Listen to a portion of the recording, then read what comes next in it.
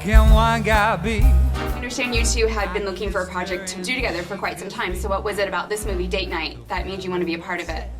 Well, I was definitely excited about the idea of getting to work with Steve. I was a fan of his for a long time. And for me, the fact that it was kind of a story about grown-up people. Yeah, I wanted a real relationship to look at. Yeah, I felt like this is a really accurate portrayal of what married life is like after you've been together for a while and have had kids. Yeah, I mean, I think that's what that everyone was shooting for.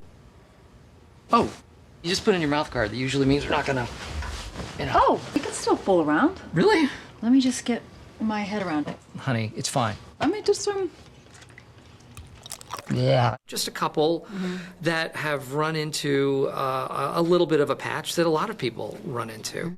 You know, it's interesting because when we were working on the script, Steve, Tina, and I, we talked as much about our own marriages as we did about the script. You love each other, you're committed to each other, but you lose each other in the shuffle of grown-up life. So we wanted to do a movie that was honest about that.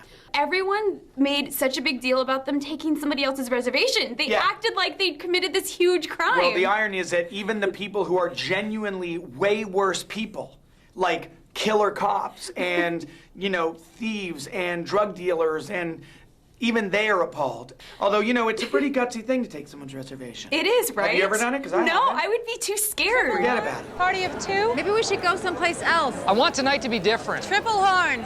Us. What are you doing? We are the Triple Horns. Great.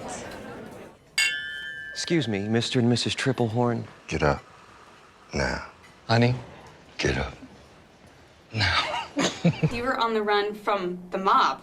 You go from this really normal, kind of boring married couple to this really exciting night. Yes, to the most exciting and completely believable night of anyone's life.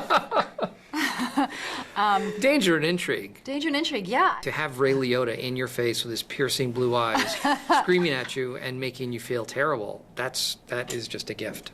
Or to have to stare at Mark Wahlberg and his abs. I mean... Why did I know that was the next thing?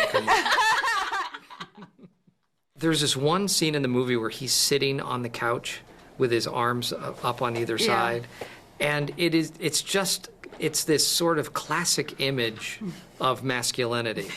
And the thing is, he's a really good sense of humor about himself and the whole, you know, that whole character, because he is, in a sense, poking fun at his image. And he could not have been a nicer guy. I know someone who can help. Can't believe out of hundreds of clients, you remember this one guy. Well, I've always been good with names and faces. Claire Foster. I mean, it's crazy seeing you again. All of a sudden, I'm like flashing back to all those empty houses we saw. We did look at a lot. Listen, we're in some trouble, and we really need help. Yeah, sure, why not? Come on in. Have a seat. Another couple that I really liked in this movie was James Franco. Yeah. And his girlfriend. Yeah, Mila Kunis. Mila. That scene was funny on the page, but I had no sense that it would become, I mean, I would say that the scenes that the most people talk about, car chase, yes, had a sense of that. Strip club scene, yep, okay, that's a pretty safe bet. But a 7-page dialogue scene in an apartment, it was funny, but with those 4 actors, something combustible happens, and it becomes one of the centerpieces of the movie. We're gonna find the Triple Horns. What are you doing here? We didn't have a reservation, so we took yours, and now they think that we're you. You just took our reservation? What kind of people are you? Not a big deal. I was watching the outtakes last night and the end credits. What were some of the more difficult scenes to get through because everyone just couldn't stop laughing? There was a lot of laughter on the set, but I think because they both do television, in TV, you have to make your day's work. You have to. So I found with Steve and Tina, even when they riffed and improv'd and laughed, it was pretty controlled because they knew that we were spending X amount of money every minute, and let's be responsible professionals. They had no idea who they were dealing with.